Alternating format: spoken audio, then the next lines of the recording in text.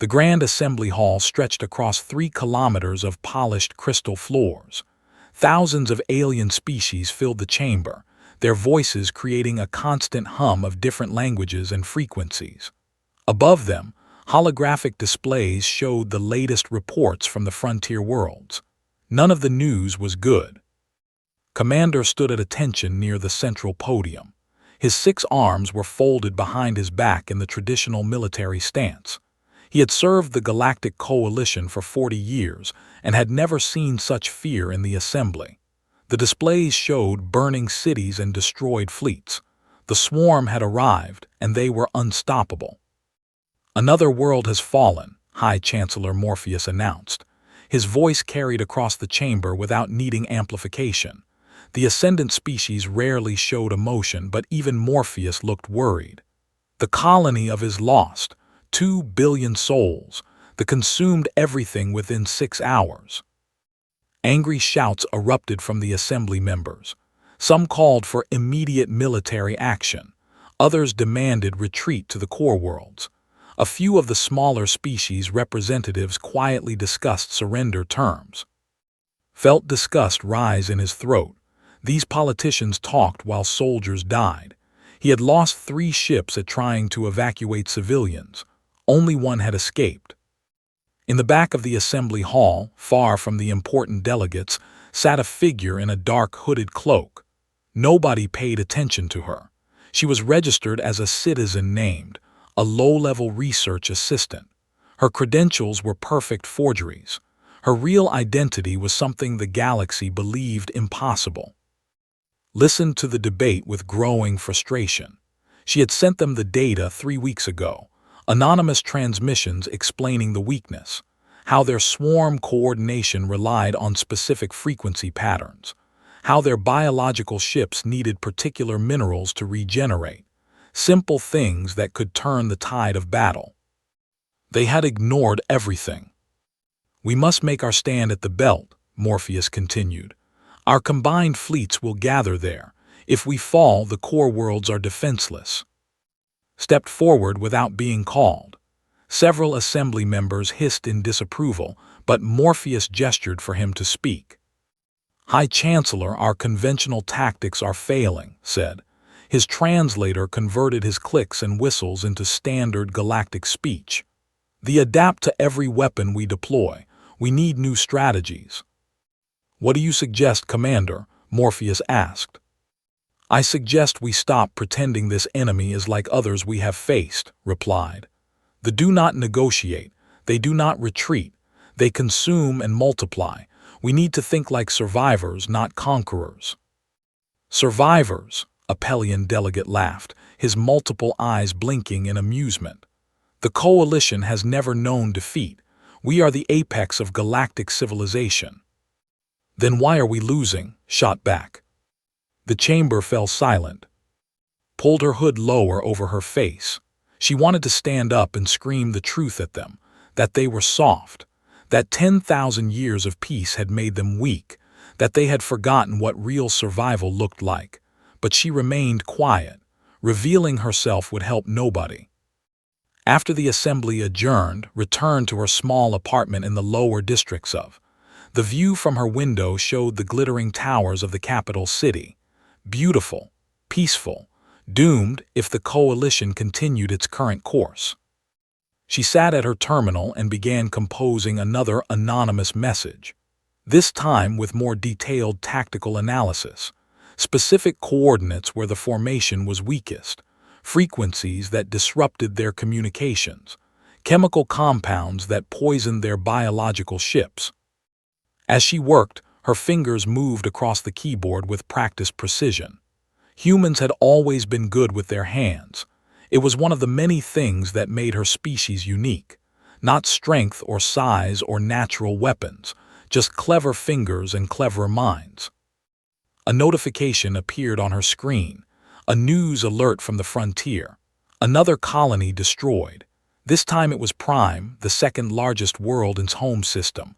4 billion dead. Closed her eyes and took a deep breath. She had been hiding for 15 years, living in disguise, pretending to be something she was not.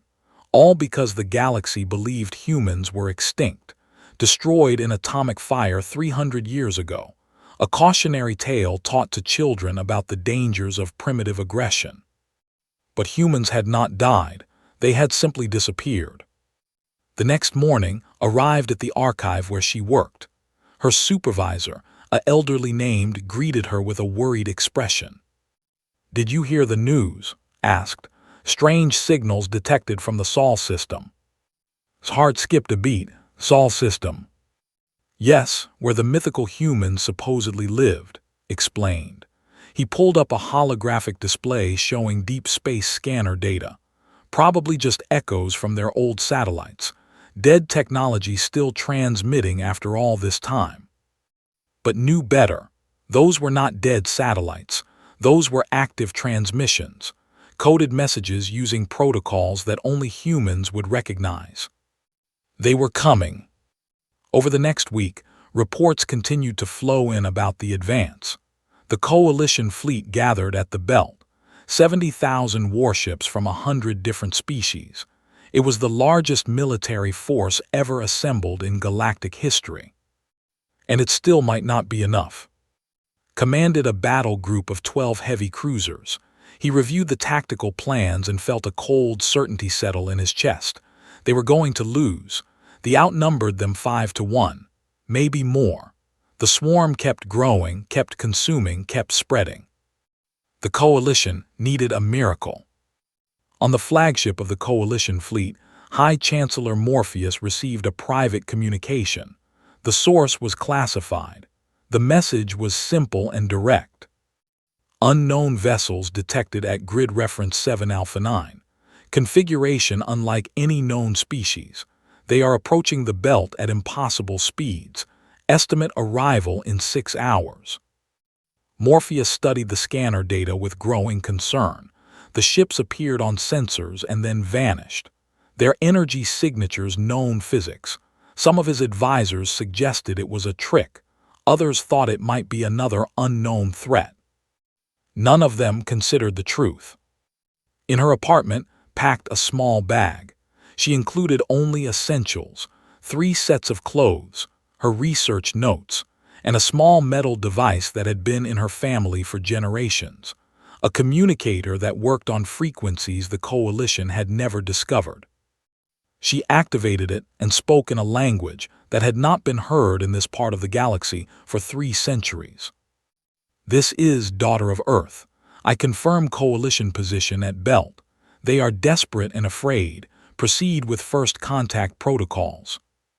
The response came immediately, a voice speaking that same ancient language. "Confirmed.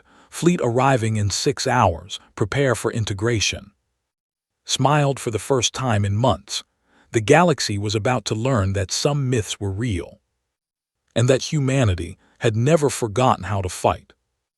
The coalition fleet waited in defensive formation around the belt. 70,000 warships hung in the void, their weapons charged and shields raised. Every captain and crew member knew this might be their final battle. The swarm was coming, and with it, possible extinction. Admiral stood on the bridge of the UNS Indomitable, watching the holographic display showing the massive alien fleet ahead. His ship was one of 40 that had emerged from the Sol system after 300 years of isolation. Around him, his crew worked in quiet efficiency. They had trained for this moment their entire lives. "All ships report ready, Admiral," his tactical officer reported. Nodded. He was a tall man with gray hair and steady eyes that had seen too much war. But this war was different. This was not humans fighting humans. This was humanity stepping back onto the galactic stage after everyone had written them off as dead. "Open a channel to the coalition flagship," ordered. "Let us introduce ourselves." Captain Minu sat in the cockpit of his fighter, fingers dancing across the controls. His squadron, called Wraith Squadron, consisted of 20 pilots flying ships that incorporated technology the coalition had never imagined. Stealth systems that bent light, engines that could accelerate past safety limits, weapons designed by people who understood that war was not about honor but survival. Wraith leader to all fighters, Minyu spoke into his comm. Remember your training, stay calm, stay focused, show them what humans can do. Behind him flew the youngest pilot in the squadron at only 22 years old. She felt her pulse racing with excitement and fear. She had grown up on stories of the old Earth before the fall, before humanity nearly destroyed itself and went into hiding. Her grandparents had lived through those dark times. Now humanity had a chance to prove they had learned from their mistakes. The Coalition flagship received the incoming transmission, and High Chancellor Morpheus appeared on the main screen. His expression was unreadable. "Unknown vessels, identify yourselves," Morpheus demanded. Stepped forward into the camera's view. "High Chancellor, I am Admiral of the United Nations Space Command. Humanity requests permission to assist in the defense of this position." Silence followed. On the Coalition flagship, every officer stared at the screen in shock. Morpheus leaned forward, studying the human carefully. "Impossible," Morpheus finally said. "Humanity is extinct." "Reports of our death were greatly exaggerated," replied with a slight smile. "We went underground after our nuclear wars, rebuilt our civilization, learned from our mistakes. We have been watching the galaxy for the past 300 years, and now we wish to rejoin it."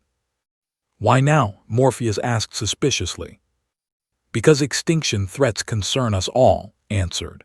"The swarm will not stop at Coalition borders. If they consume your civilization, they will eventually find ours. We prefer to stop them here." Commander listened to this exchange from his battle group. His mind raced with questions. If humans survived, why hide for so long? What technology had they developed in isolation? Could they be trusted? "Admiral, this is Commander of the Defense Force," transmitted. "How many ships do you command?"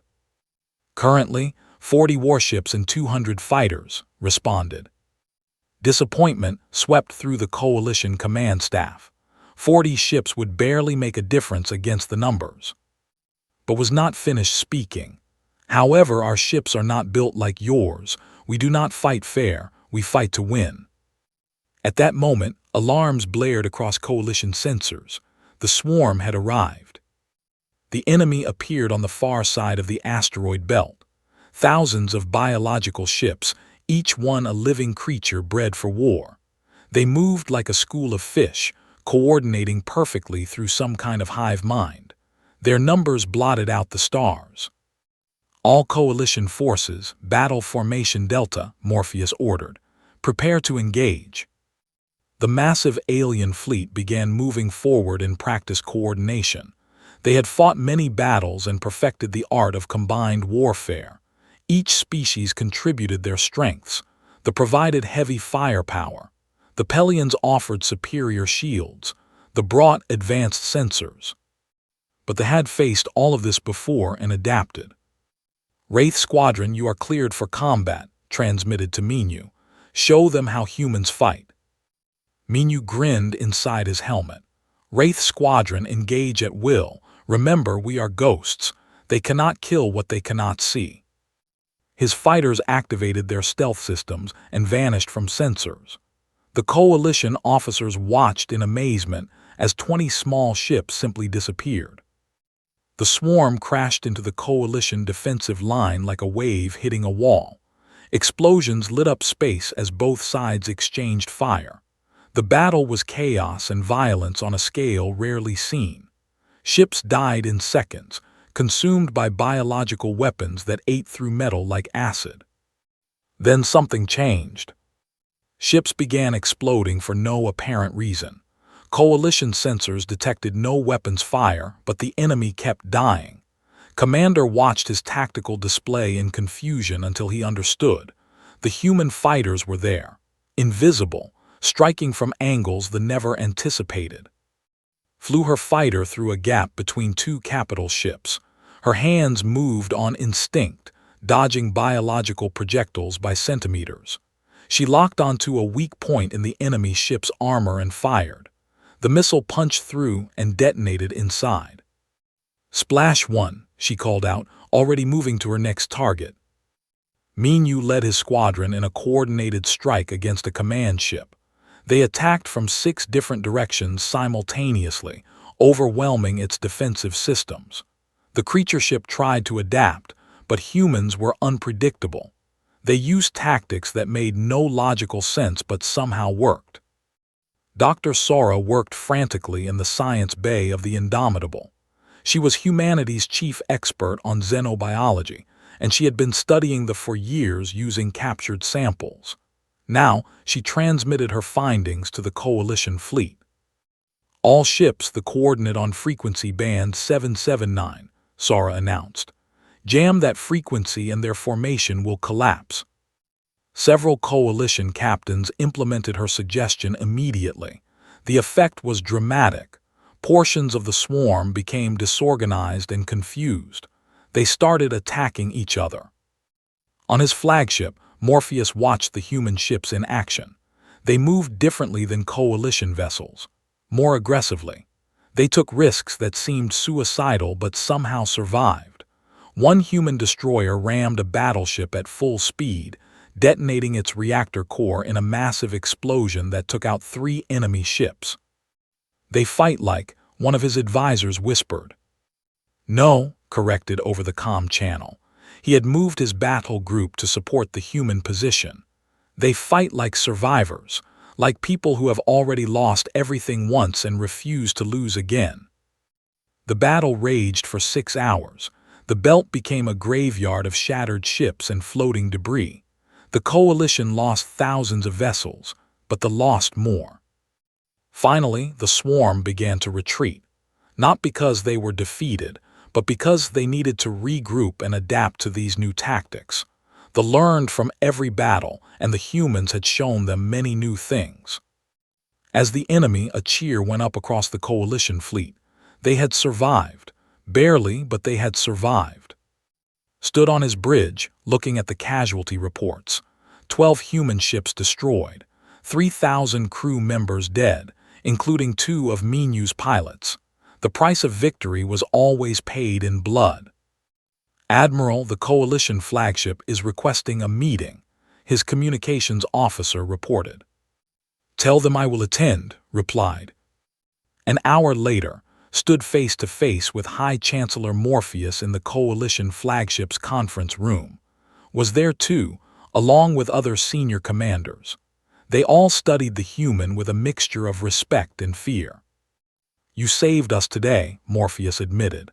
"Without your intervention, we would have lost this position." "We saved ourselves," corrected. "As I said, the threaten everyone." "Your ships, your tactics, your technology," said slowly. "You have been preparing for war while we enjoyed peace." Met his eyes. "We have been preparing to never be helpless again. There is a difference." Morpheus folded his hands. "The Coalition wishes to discuss an alliance. Humanity clearly has much to offer." "And what does the Coalition offer in return?" asked. "A place among the stars," Morpheus replied. "Recognition, trade, diplomatic relations." Was quiet for a moment. Then he spoke words that would change everything.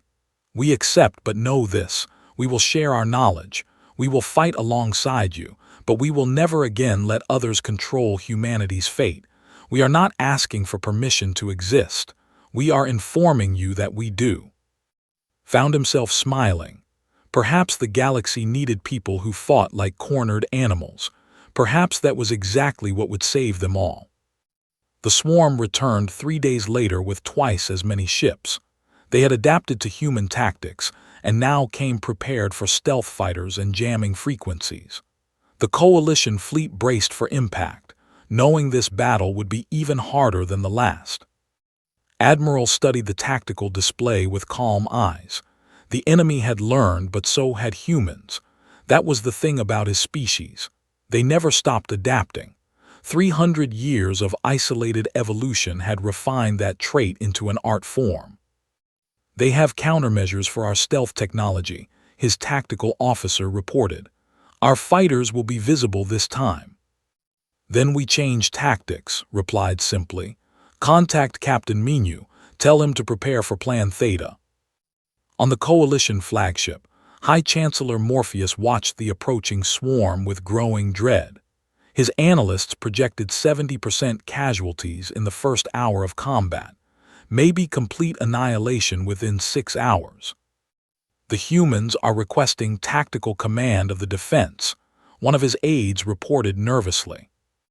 Commander spoke up immediately. Give it to them.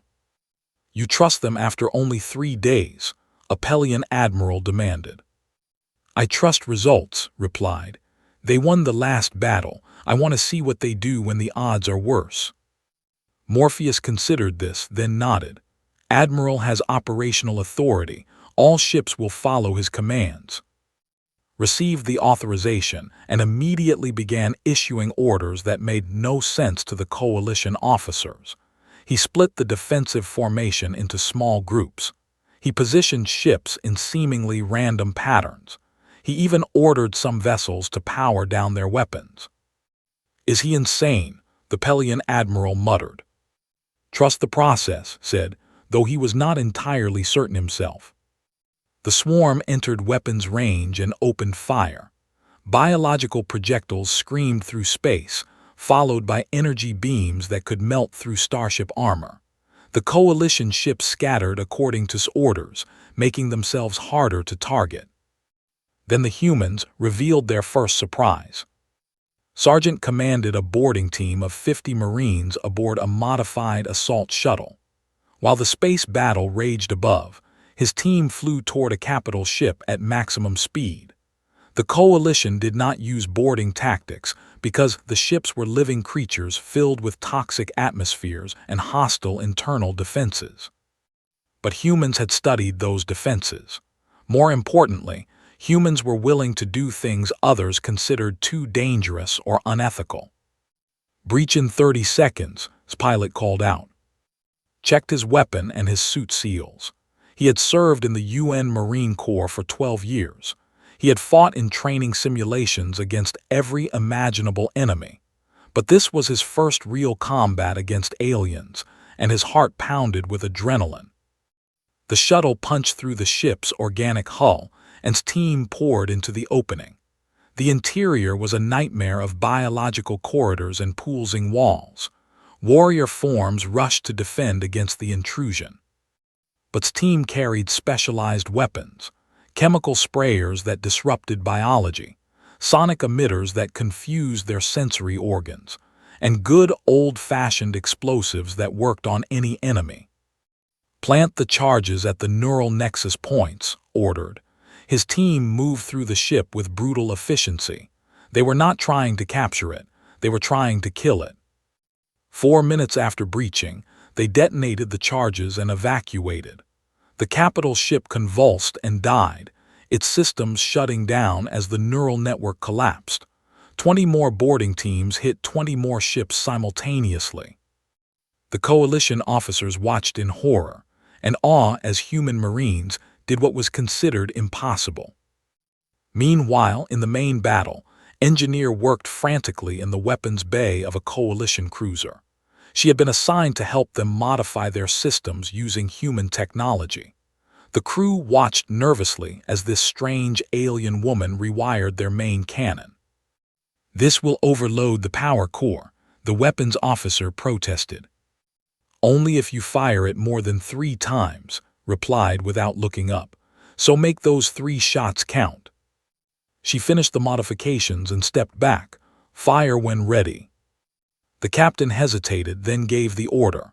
The modified cannon fired a beam 3 times more powerful than before. It punched through 2 ships and crippled a third. The crew cheered. 2 shots left, reminded them. Use them wisely.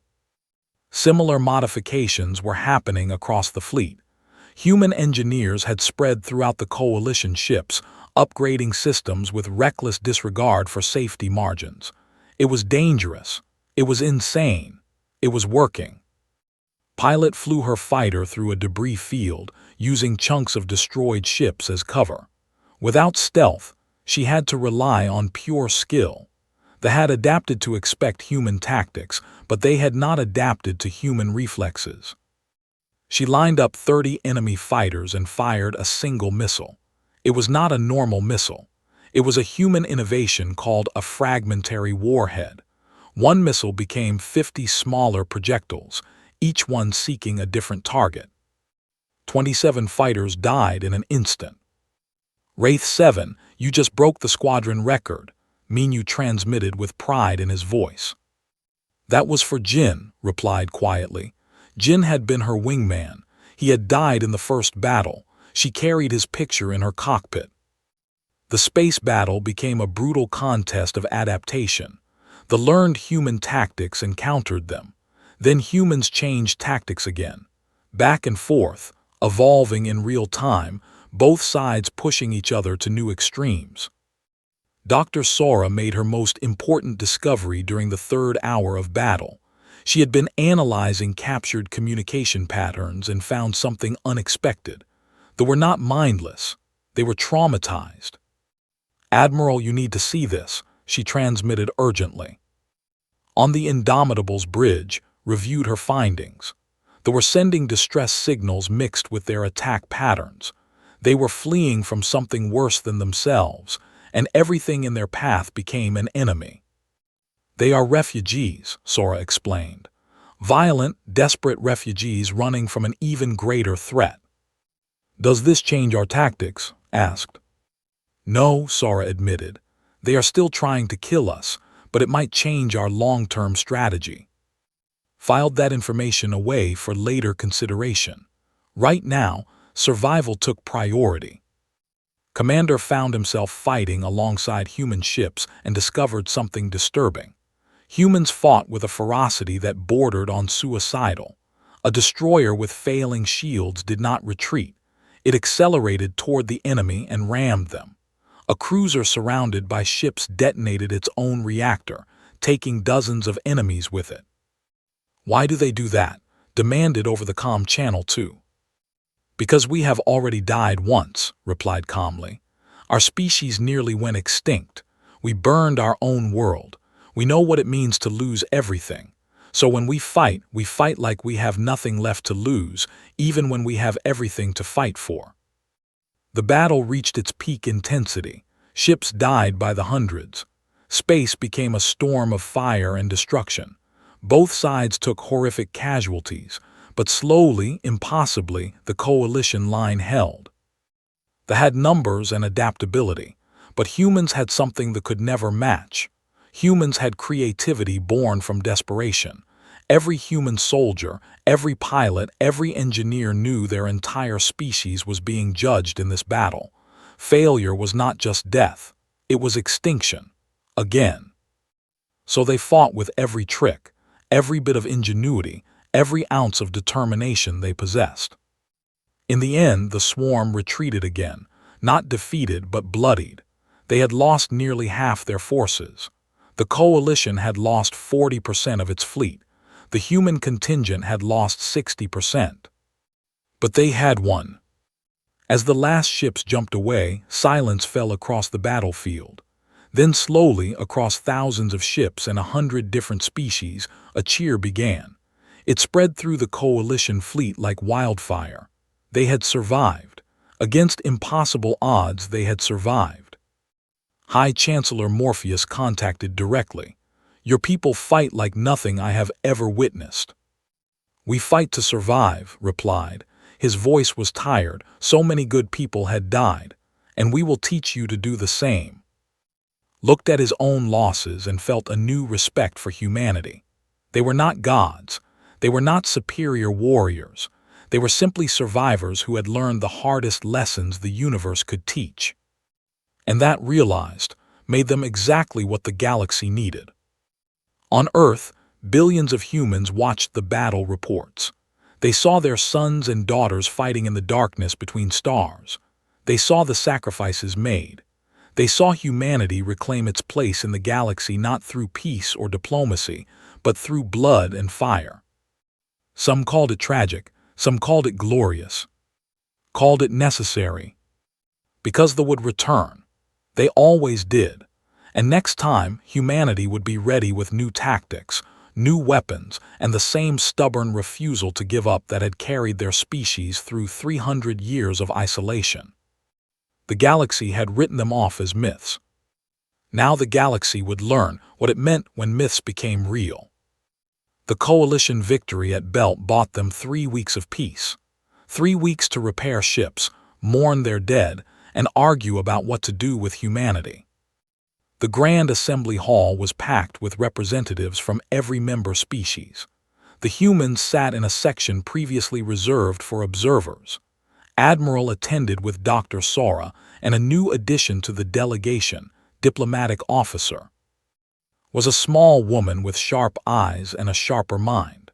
She had spent 20 years in Earth's diplomatic corps, mostly negotiating trade disputes between the underground city-states. Now, she faced the challenge of integrating humanity into a galactic civilization that feared them. The human military contribution is undeniable, High Chancellor Morpheus addressed the assembly. However, many species have raised concerns about their methods and technologies. A Pelian delegate stood up. They board living ships and murder them from inside. They modify our weapons to dangerous levels. They sacrifice their own people without hesitation. These are not the actions of a civilized species. Murmurs of agreement rippled through the chamber. Rose to speak. She did not shout or argue. She simply stated facts in a calm voice. You are correct. Our methods are brutal. We push safety limits. We accept casualties that horrify you. Do you know why? The chamber fell silent. Because we have been to the edge of extinction and looked over, continued. We have watched our children starve. We have breathed poisoned air. We have buried billions. So yes, we fight like cornered animals because we remember what it means to be prey, and we will never be prey again. Commander spoke from his position. The Pelians complain about human methods, yet they are alive because of those methods. Perhaps civilized warfare is a luxury we can no longer afford. The debate raged for hours. Some species wanted to grant humans full membership in the coalition. Others wanted to keep them at arm's length as mercenaries.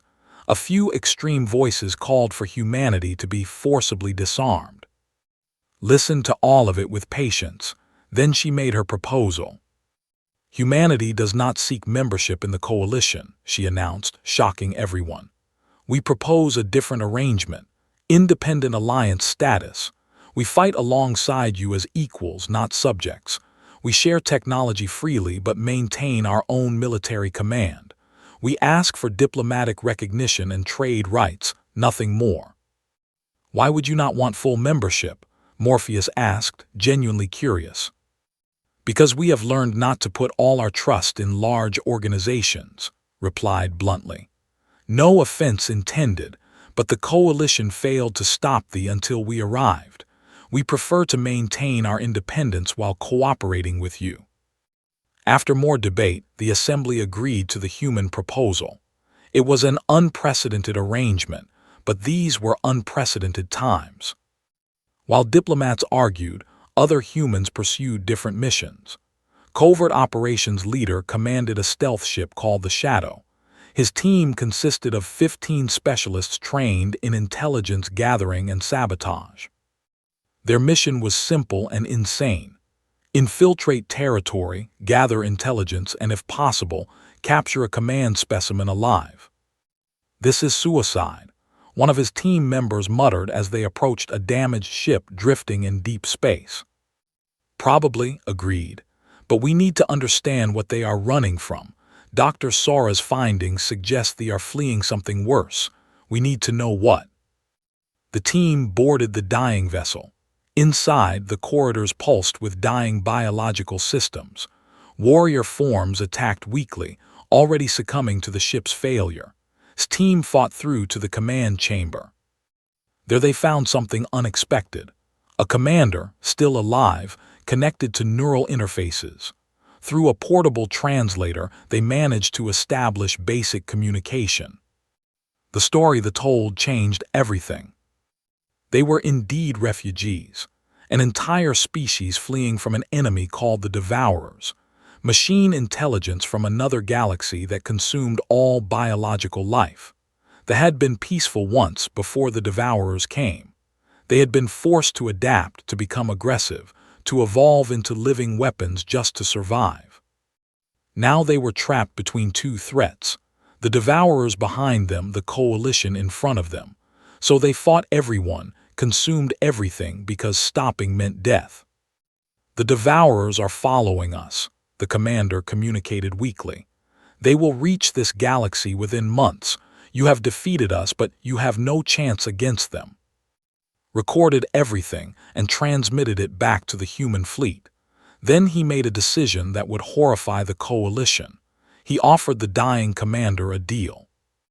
"What if we helped each other?" proposed. "The Devourers are the real enemy, the Coalition, and they could ally against them." "Your Coalition would never agree," they responded. "Probably not," admitted, "but humans might." He brought the commander back to the shadow alive. It was an act of treason by Coalition standards. First Contact protocols strictly forbade negotiating with hostile forces, but believed in a simple principle. The enemy of my enemy might not be my friend, but they could still be useful. When Admiral learned what had done, his response surprised everyone. "Bring the to me," ordered. "I want to hear this story myself." The Coalition leadership reacted with rage when they discovered humans had captured and were negotiating with a commander. High Chancellor Morpheus demanded the creature be turned over for execution. Refused. "You do not negotiate with genocidal swarms," Morpheus stated firmly. "We do when the alternative is extinction," replied just as firmly. "We have been there before, remember. We know what it looks like, and we know that pride is a luxury the dying cannot afford." The confrontation escalated until stepped in with a compromise. The commander would be kept in human custody. All intelligence gathered would be shared with the Coalition, but humans maintained the right to conduct their own diplomatic initiatives. It was a fragile solution that satisfied nobody and everyone simultaneously. Dr. Sora worked with and a team of to analyze the commander's claims. They pored over biological data, scanner readings from deep space, and ancient records from archives. What they found terrified them. The Devourers were real. Long-range sensors detected anomalies at the galactic rim, entire star systems going dark, energy signatures unlike anything biological, mathematical progression that suggested machine intelligence on an incomprehensible scale. "They are machines," Sora explained to the Coalition leadership. "Self-replicating. They consume all matter to make copies of themselves. They have already consumed 6 galaxies. Ours is next." "How long do we have?" asked. "Best estimate, 6 months until their vanguard arrives, maybe less." Panic spread through the Coalition. They had seemed unstoppable. Now they learned they were just the first wave, fleeing from something infinitely worse. Some species began preparing to evacuate the galaxy. Others fell into despair. A few started building planet-killing weapons in desperate preparation. Humans started building something else. On the dark side of Earth's moon, massive construction began. Shipyards and factories operating at capacity. Materials harvested from the asteroid belt. Thousands of engineers working around the clock on classified projects. When questioned, Admiral would only say, "We are preparing." Use the Devourer threat to push through treaties humans wanted, trade agreements, technology sharing, access to Coalition industrial capacity. She worked with a ruthless efficiency that shocked the other diplomats. "You are exploiting our fear," an ambassador accused. "Yes," agreed without shame, "because fear motivates action, and we need everyone working together, not arguing." Meanwhile, continued his covert operations. He made contact with other commanders, offered them the same deal, survival through cooperation. Many refused and were destroyed, but some accepted. A fragile communication network began forming between humans and certain elements. Intelligence sharing, tactical coordination, the foundation of an alliance that would horrify both the Coalition and the Swarm leadership. but understood something the politicians did not. When extinction came calling, old hatreds became irrelevant. Survival was the only thing that mattered. Commander watched all these developments with a mixture of admiration and concern. Humans moved fast. They made decisions that would take the coalition months of debate.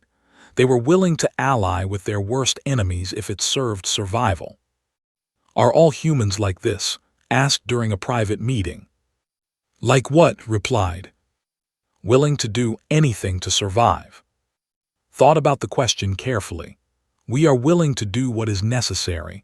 There is a difference. We have rules, we have ethics, but when faced with extinction, we prioritize survival first. Everything else comes second. "Even honor?" asked. "Especially honor," said. "Honor is for the living. The dead have no use for it." As the 6-month deadline approached, the galaxy prepared for war. The coalition mobilized every ship, every soldier, every resource. The elements that had allied with humans shared their technology and tactics. Scientists from 100 species worked together to find weapons that might stop machine intelligence. And on Earth's moon, the final pieces of humanity's secret project came together. Admiral stood in the observation deck, watching the construction. Beside him, Dr. Sora reviewed the calculations one final time. "Will it work?" asked. "Theoretically," Sora replied, "but the power requirements are enormous, and the risks are catastrophic." "If we fail, the risks are extinction," countered. "I will take catastrophic over extinction." The device they were building had a simple name, Stellar Converter. What it did was far from simple. It would turn a star into a weapon. The galaxy was about to learn that humans did not just fight to survive. They fought to win. The Devourers arrived early. Long-range sensors detected them at the galactic rim 4 weeks ahead of schedule. Billions of machine ships, each one a self-replicating horror designed for a single purpose: consume, replicate, spread. They had already destroyed 6 galaxies, and now they came for a 7th. The coalition fleet assembled at a region of space called the Null Zone, the last line of defense before the inhabited core worlds. 50,000 ships from hundreds of species. The largest military force ever gathered in galactic history. Beside them flew the 20,000 biological warships that had once been their worst enemy.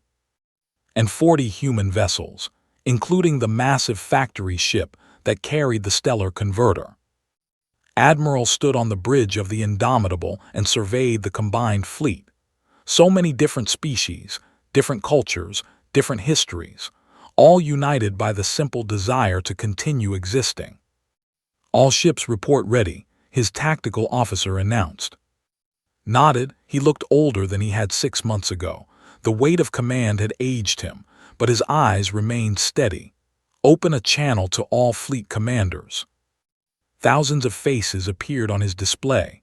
Coalition officers, hive minds, human captains, all waiting for orders. "This is Admiral. In a few hours we will face an enemy that has destroyed countless civilizations. They do not negotiate. They do not retreat. They exist only to consume, but they have never faced a galaxy that refused to die quietly." He paused, letting his words sink in. "Today we fight not as separate species, but as one. Today we show the universe that life will not surrender to machines. Today we prove that survival is not just about lasting another day, but about making sure there is a tomorrow worth living for." Captain Minu listened to the speech from his fighter cockpit. Wraith Squadron had been rebuilt after the belt battles. New pilots, new ships, same mission. They would be the tip of the spear in the coming battle. Beside him flew, now promoted to second in command. She had survived 3 major battles and earned a reputation as one of the best pilots in the fleet. She still carried Jin's picture in her cockpit. "Think we will make it through this one?" asked over the private channel. "Does it matter?" Minu replied. "We are already part of history. Whether we live or die, humanity proved we belong among the stars." "I would still prefer living," said with a slight laugh. "So would I," Minyu admitted, "so let us make sure we do." The Devourers entered weapons range. They came in a formation that stretched across light years, perfect mathematical precision, no wasted movement, pure efficiency in the service of destruction. The battle began. Coalition ships opened fire with everything they had: energy weapons, kinetic projectiles, exotic matter bombs, the launched biological weapons that could eat through machine armor. Human ships used electromagnetic pulses and viral code designed to corrupt machine intelligence. For every Devourer destroyed, 3 more took its place. They learned instantly from every attack, adapted their shields, modified their tactics. They were everything that had been, 1,000 times. The fleet started taking casualties immediately. Sergeant led his Marines in desperate boarding actions against Devourer ships, but boarding machine vessels was different from boarding biological ones. The corridors were empty. No defenders, just automated defenses that killed with mathematical precision. His teams planted explosives in critical systems and evacuated. Many did not make it out, watched good soldiers die and kept moving forward because that was what soldiers did. Engineer worked in the factory ship's main reactor, making final adjustments to the stellar converter. The device was massive, requiring the power output of a small star just to activate. Around her, other human and alien engineers worked frantically. "Power levels at 80%, someone called out. "Not enough," responded. "We need 95% minimum or the reaction will fail." She redirected power from life support, from weapons, from everything except the shields. The factory ship became a giant battery, storing energy for one massive discharge. Dr. Sora monitored the battle from the science station and made a horrifying discovery. The Devourers were not just attacking randomly. They were building something, using destroyed ships as raw materials to construct a massive structure in the center of their formation. "It is a replication node," Sora transmitted urgently. "If they finish building it, they can manufacture new ships at an exponential rate. We will be overwhelmed in hours." "How long until completion?" Admiral demanded. 2 hours, maybe less. Made a decision that would haunt him forever. All ships, concentrate fire on the replication node. Ignore everything else. The fleet obeyed. They focused their attacks on the central structure while Devourer ships tore them apart from all sides. It was a desperate gamble, sacrifice now for a chance at victory later. Ships died by the hundreds. Commander fought alongside human cruisers, his battle group reduced to half strength. He watched species he had served with for decades get destroyed in seconds, but he also saw something else. He saw enemies becoming allies, ships protecting coalition vessels, human fighters covering battleships, everyone fighting for everyone else. "This is what it means," transmitted to his crew. "This is what we are fighting for, not victory, not glory, just the chance to keep existing together." Captain Minyu led his squadron on a suicide run against the replication node's defenses. They had to clear a path for the factory ship to get close enough to deploy the stellar converter. But the Devourers had concentrated their forces around the structure. "Wraith Squadron, this is a one-way trip," Minyu announced calmly. "We are not coming back from this. Anyone who wants to stay behind has my permission." Nobody stayed behind. They dove into the maelstrom of defensive fire. Ships exploded around them. Minyu watched his squadron get cut to pieces. 15 fighters, 12, 9, 6. Flew on his wing, her fighter damaged but still functional. "We are almost through." "Keep going," Minyu ordered. "For Jin, for everyone we have lost, keep going." 3 fighters remained, then 2, then only Minyu and... They cleared the path. "Factory ship, you are clear for approach," Minyu transmitted. "Complete the mission." "Acknowledged," came Engineer's voice. "Thank you, Wraith Squadron." Minyu and turned to make one final attack run. Their ships were falling apart, shields gone, weapons nearly empty, but they were still flying. "It has been an honor," said quietly. "The honor was mine," Minyu replied. They fired their last missiles and died in a bloom of fire, taking 12 Devourer ships with them. The factory ship moved into position. Inside watched the power levels climb, 90%, 92, 95. "We have target lock," someone reported. Admiral gave the final order, "Deploy the stellar converter." The device launched from the factory ship toward a nearby star. It was not a weapon in the traditional sense. It was a catalyst. It would destabilize the star's core, forcing it to go supernova millions of years ahead of schedule. The star was carefully chosen. Its position, its size, its composition, everything calculated to create a specific result. The stellar converter reached the star and burrowed into its core. For a moment, nothing happened. Then the star began to pulse. Energy readings spiked off the charts. "All ships emergency jump," ordered. "Get as far from the blast radius as possible." The combined fleet scattered. Ships jumped to faster-than-light speeds, fleeing the expanding explosion. Not all of them made it. Some ships were too damaged. Some were too slow. They died in the initial wave. The star exploded. It was not a normal supernova. The stellar converter had modified the reaction, directing the energy in a specific pattern. The explosion created a massive wave of radiation that expanded outward in a controlled direction. The Devourers caught in the blast simply ceased to exist.